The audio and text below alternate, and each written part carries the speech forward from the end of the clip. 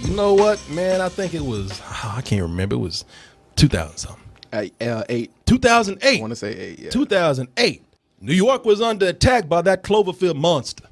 And everybody loved it, man. I gave that movie a better than sex. I think I did too, because it scared me like a movie hadn't in years. Oh, I know. Or decades, actually. I know. Out of all the shit that scares Martin, that doesn't scare Martin, Cloverfield was the one that did. It tapped into a childhood nightmare I had. What kind of nightmare did you fucking Giant have? monster? Yeah. Really? Yeah, just like not like a Godzilla, but like a realistic thing that was destroying the city that just couldn't be escaped. You know, from. monsters ain't realistic, man. You know. That's the word nightmare. I don't know, man. I don't know. Sound like you just a pussy ass kid to me, but you know, It's a giant turtle. yeah. That's why he's killing turtles. But look, you see, people just love this film. It was early on found footage. That's what I loved about it. It was a really cool approach to doing an original take on a monster film, a giant monster film. So everybody's been saying, man, when that monster coming back?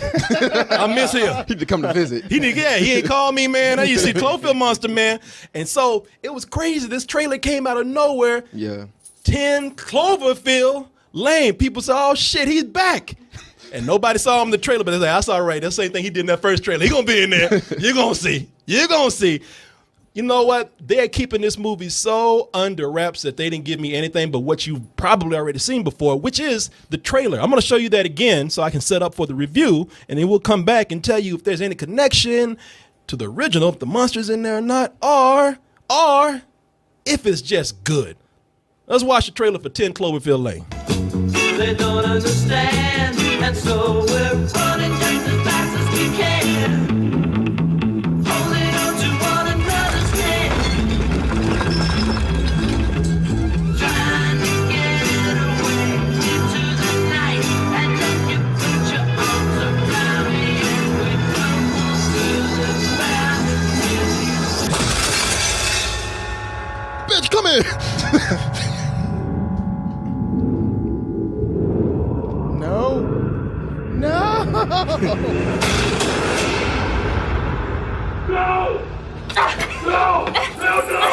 No!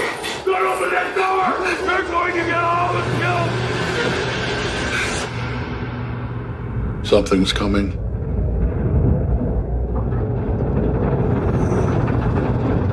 What did she see, Martin? What did she see? What's coming, Martin? Oh, well, on the other side of that glass. Oh, I won't say. Okay. Wow, thanks, Martin. Wow. I appreciate that, Martin. Thank you for stopping everything for that. I want to tell y'all something. Mm-hmm. People who are more full of than shit than Martin are directors and producers and marketers. I'm going to let y'all in on a little something right here because they've been describing this movie. There's no better way to put this, and we're going to do this spoiler-free, right? Yes. We're not going to have any spoilers in here, but we do need to let you know a couple of things to enhance your enjoyment of this movie before you go into it. Now, number one, what I mean by marketers and directors and producers are full of shit, they've been fucking with y'all. There's no other way to put it. They just been trying to get y'all in there by saying, well, you know, maybe the Cloverfield monster in there. I don't know. You know, they've used words like, well, this is a spiritual successor. Oh, it has the same DNA as that movie. That don't mean shit. That don't mean a goddamn thing. When they say that, that's just a way for them to keep that title in there to get y'all in the movie. That Cloverfield monster that y'all looking for, he ain't there. I'm telling you this right now so that you won't be sitting up there for the whole movie being distracted from what's going on. Like, well, where he at, man? I see him. Oh, ain't here, man. That's a shadow. You know, he ain't there. So while you sit up there at that dinner table with flowers in your hand, waiting for him to show up, he texted me, he ain't coming. You got stood up. We all been stood up by the Cloverfield monster. Well, to be fair, he looked in the window and he saw you first. Yeah. Shit. She looked better on Facebook. I'm deleting this app. You know, and so the Cloverfield monster's not in there. I'm sorry if that makes anybody mad, but it really will not. It will keep you from sitting up there thinking about that the whole time. Plus, I don't even know how much I want to see the Cloverfield monster anyway. I remember the first movie, everybody loved that monster so much they were trying to say, well, he was being attacked, but he was misunderstood. Oh, it was a baby. You know, his parents weren't around. He got lost. No, they don't know him. I was like, nah, the Cloverfield Monster. I had to watch this clip again. He's an asshole. He's a fucking totally freak. is. Yeah, there was one scene where this dude was doing nothing but filming him, and he attacked him. Come on, man, he's a baby. Babies put things in their mouth. Yeah, exactly. Babies put things in their mouth like Oh, that. he just playing. You ever seen a baby play with a cat? Yeah. Oh, he just playing. Look at that. And I remember the movie. I was standing up for that monster so bad, like, well, maybe he didn't kill him. His What was legs on that? the other side of the field. T.J. Miller. T.J. Miller. I was like, T.J. Miller, he gonna get back up. No, that was before T.J. Miller got killed before this scene. That's the guy that went back to save the girl. No, that's T.J. Miller, man. I'm telling you, that's not him. I'm telling you because he went and grabbed the camera. Well, it from don't TJ. matter. Oh shit, you're right. Yeah. Corey, you do this all the time. Dude, man, you had the whole internet going, no. Yeah, you do this. Corey will argue your ass about anything. I just like to be contrary. No, Cloverfield Monster, he cool, man. He cool. I vouch for I him. just hate T.J. Miller that much. So does Cloverfield Monster. I remember this scene scared the shit out of me. Fuck your camera. It's like, hey, man, you know I was just playing. Yeah. Say cheese. Me and you, we gonna make money off this. Yeah, make a- World star. Yeah, that's the world's worst sex tape right there. Shit, to my ass. Let's see here. Cloverfield cool, Monster bro. and Kim Kardashian, man.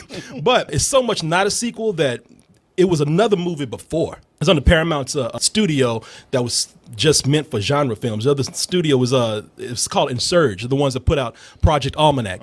But they closed it down. They shut it down, and they still had this movie right here. And J.J. Abrams was like, well, shit, we can take this and make some money off of it, do something with it. Yeah. They actually had some people come in and do rewrites, including Damien Chazelle from Whiplash. Okay. Who came in and did some of the final drafts on this, which is why the Cloverfield Monster in here, because he didn't want to get his ass beat by J.K. Simmons. Cloverfield Monster like, oh shit. But this is there's a certain tone to this movie that you can talk about. There is certain levels of suspense that you can talk about in this film. And the reason why I really enjoyed so much of this movie is because, and I don't want to come across like some pretentious film student or something, but this is the closest thing that you're going to get to a pure Hitchcock movie in the most recent years. I would say in probably about the last 10 years. I would agree with that. Yeah, I mean, because the suspense is high in this film. Right from the beginning, the movie pulls you in. They give you about 1.5, 2 minutes where it's quiet time. Yeah, no dialogue. No not much dialogue. sound. Let you get in your seat. Let you get yourself settled. Let you nibble on a couple of pieces of popcorn, and then bam! You should have heard everybody. Hey, we saw this. If you can see this, see it at IMAX. Yeah. Because at IMAX they had that sound cranked up. They did. A lot of people complained afterwards about the sound. I loved it. I loved it too. The second it was that bam, everybody was like, The movie starts out with an incident, and whatever happens in that incident, it was loud, and everybody in that theater, all I heard was, because I couldn't hear him because the shit was so loud. Yeah, it was just that ringing in your ear. yeah. It was somewhere. I guarantee you, half that theater shit themselves. Yeah. If we didn't have that sound, you just would have heard. And even the way it was cut, you're like, oh God. Yeah, Oh God. yeah, no. I heard so people in there were just like I looked behind me, people had bruises, one dude had a black eye and shit. No, there was a girl next to me eating a plate of chicken fingers. She threw the box up and it fell on the floor. I'm like, damn, that's $40 wasted. It was crazy seeing this. Watching this is fun with people because watching it with Alice's mom over there, that shit was funny. When that incident happened, she was over there.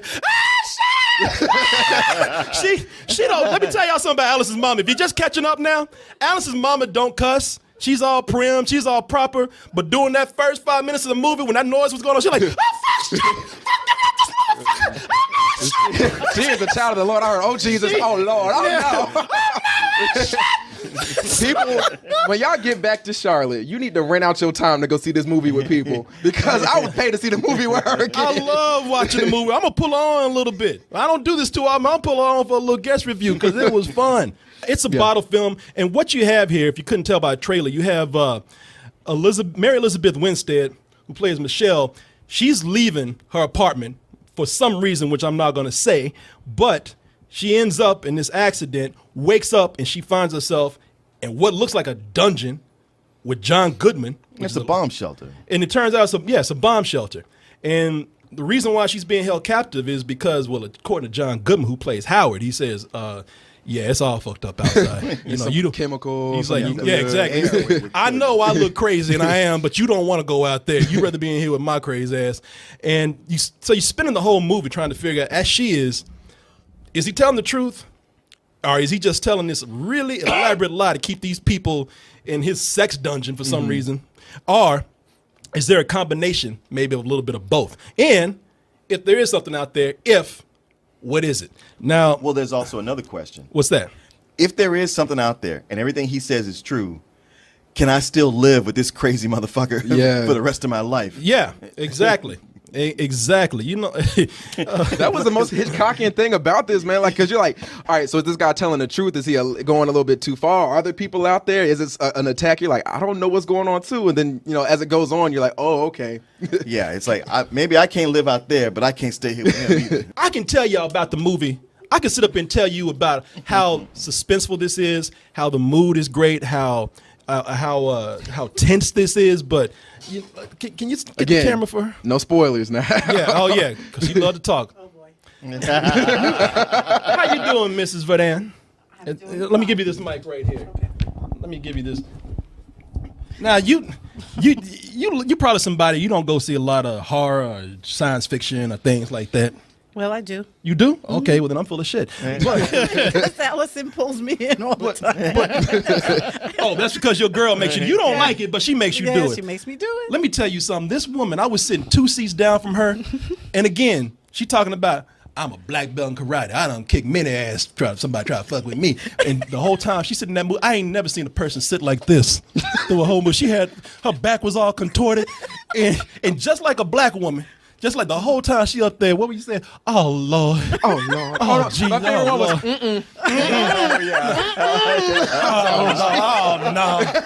Oh, Jesus. I Oh. was definitely calling on the Lord. You were. stepped into a calling Tyler on Perry monster movie. Yeah.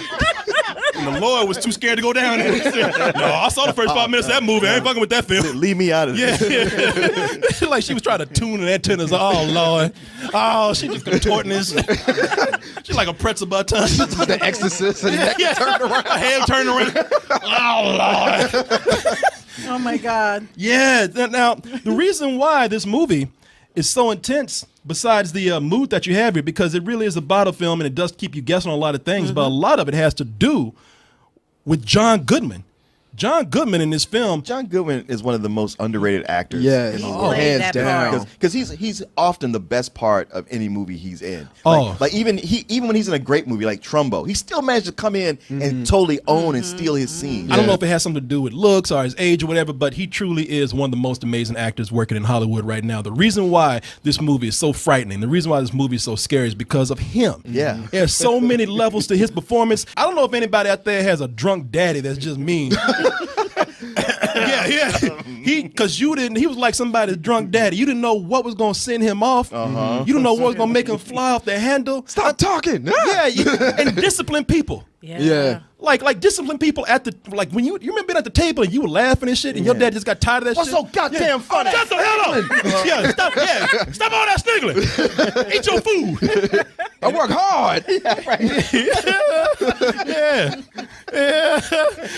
And it's funny too because they got this other dude in here, great actor, John Gallagher Jr. right there, Oh, yeah. who plays sort of a simple country. He tried to pull some shit. I'm grown. You don't. And he's like, shut up. And he's like, yes, sir.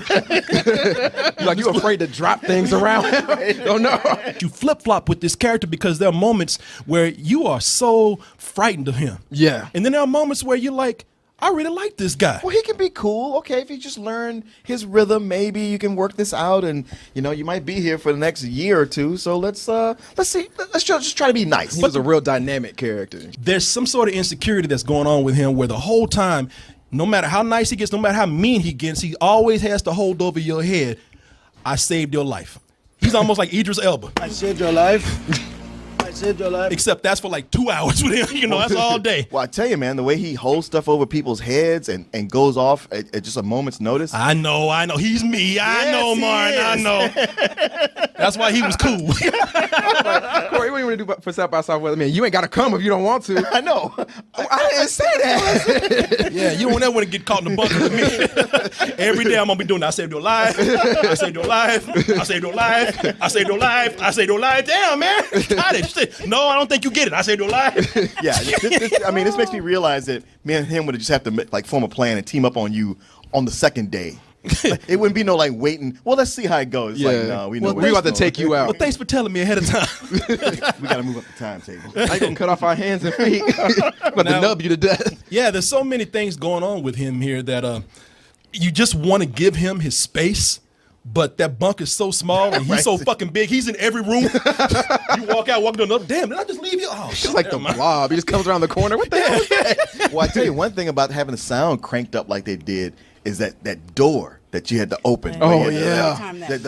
Oh, yeah. Those latches. That They're so boom. loud. Do you see how That boom. Look at her eyes. That boom. She's like traumatized. That boom. The levels of the story is the fact that he was military. So the first thing I thought about was, okay, he's got bipolar, PTSD. His hands was going like this. Mm-hmm. So I'm thinking from a military perspective because I'm around veterans a lot. I'm like, okay, that's what's going on. That's what's going on. He done went off. Yeah, that's what I thought that was. Yeah, screws loose. Yeah, he's got some sort of PTSD going on. Something going, and it is that you never know because at one minute you're like, okay, he's cool. Next minute, like, oh shit, get the fuck out the room. That was the thing. He's like one of those guys who has a script playing in his head, and no matter how much you're trying to reason with him and talk to him, he's not hearing any of that. And the reason why I compare this to a classic Hitchcock movie is because not only is John Goodman always an element of surprise, you don't know what's coming, but there's the dialogue is always dropping hints of clues. There's an object that's always found that's giving you more information. And the mystery, they drag that out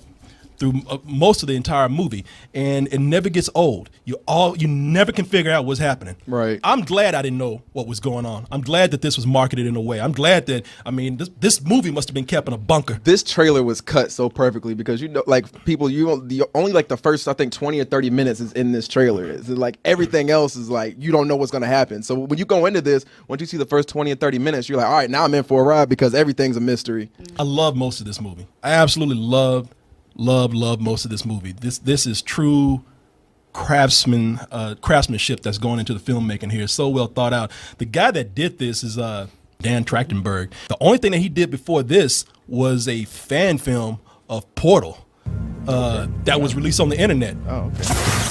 And you can see J.J. Abrams loved him because they both have a shared thing for lens flares and shit. So, kid, I like your lens flare. You know what a lens flare is? What you laughing for then? She gonna clock you one good time, man. She gonna kick me in the mouth. But if anybody's seen this, it's sort of a small bottle film itself. That character is almost like the character of Mary Winstead, Mary Elizabeth Winstead in this. It's this, and I admire this director, man. I would love to see that. A lot of directors don't have with the storytelling talent that this director does, the way to just keep you involved into a film. You've been saying how you love most of this film. Yeah, I got two things in this movie that I did not like. One I didn't really like, and the other I'm just kind of like, I don't really. I really have to suspend my disbelief for this in order to buy this character, and that's Mary Elizabeth Winstead. Man, she is smart, and almost too smart in the movie. For a girl that's just supposed to be like some millennial girl who's just living an everyday apartment, living an ordinary life, driving an ordinary car. Once she gets pulled up into this bunker, she's doing things to escape that James Bond would do, or MacGyver in a way. If y'all know who the fuck MacGyver is.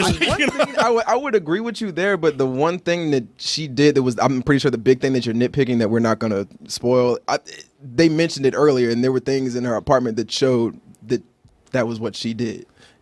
No. That I get. Okay, like, I know what you're saying, Right. But I agree with you because there were things she did while she was there, and especially at the end, there was something that was almost kind of video game-ish the way it just kind of came together so quickly. Where I'm like, man, nobody, even at the top of your game, could like think that coherently.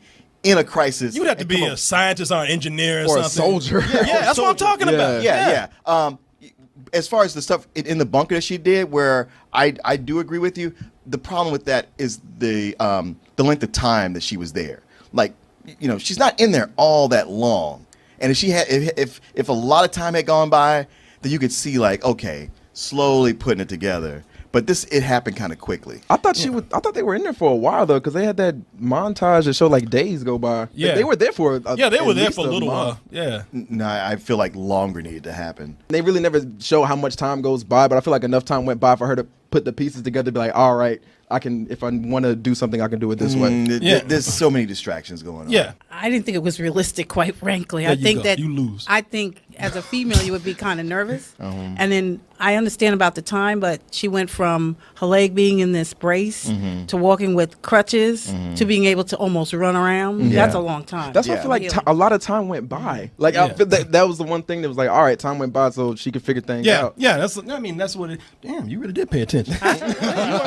you weren't hiding the whole time like I thought you were. I thought you slept at your eyes. No. Yeah. Not very good. And the other thing with this is the last 20 minutes of the movie.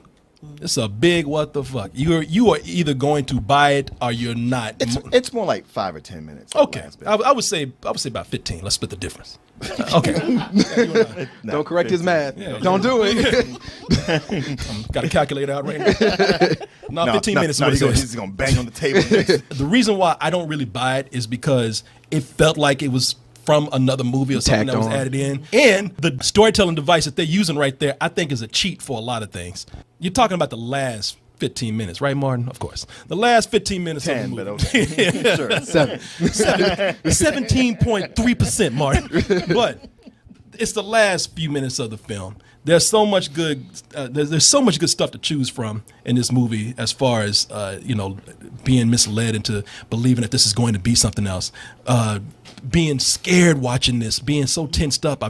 This is scarier to me than some horror movies out there, and this is not really that much of a horror film. But human beings scare me, and if you are a person that is like disturbed by the dark side of the human nature, then this is something that will actually probably make you a little bit frightful too. I like her, man. She's like back there, like church. Wow. Yeah. Preach. Go ahead. I don't like it better than the first movie.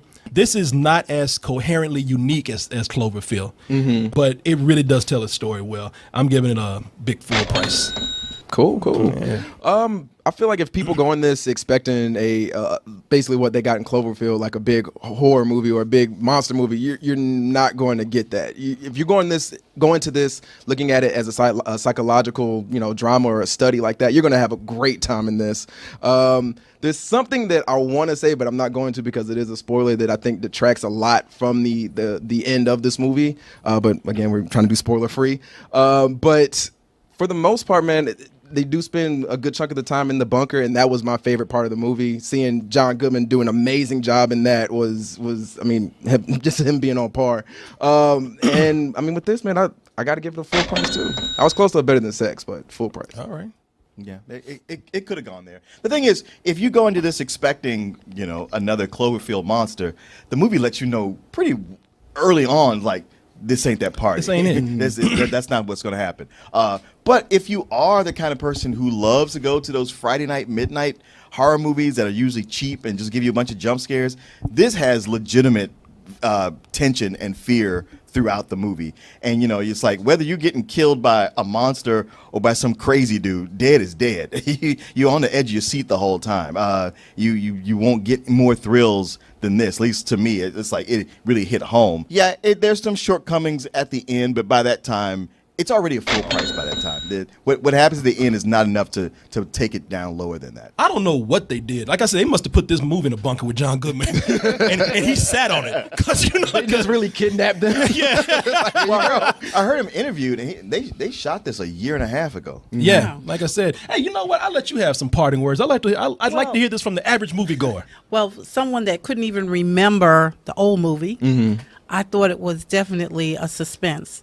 And it just kept you at the edge of your seat because you didn't know what was going to happen. So, yeah, kept you at the edge of your seat. Yeah, I was definitely calling on the Lord for a few times. But I thought it was really great. And then the last part just set it up for the next sequel that's coming after that. Yeah. I feel like when I left after the credits started rolling, I was like, if this is gonna be an anthology, I'm in. Right. Yeah. It's funny because she was so on the edge of her seat. Did you hear her behind you? Oh yes. Because there was one moment she was so edge of her seat. She was like, "Get up, man! Get up! Get up, Pearls. Oh, she was on the ground. God. Oh Lord! Oh, help me, Lord! My neck, my back, my neck, and my back. Oh, Crazy.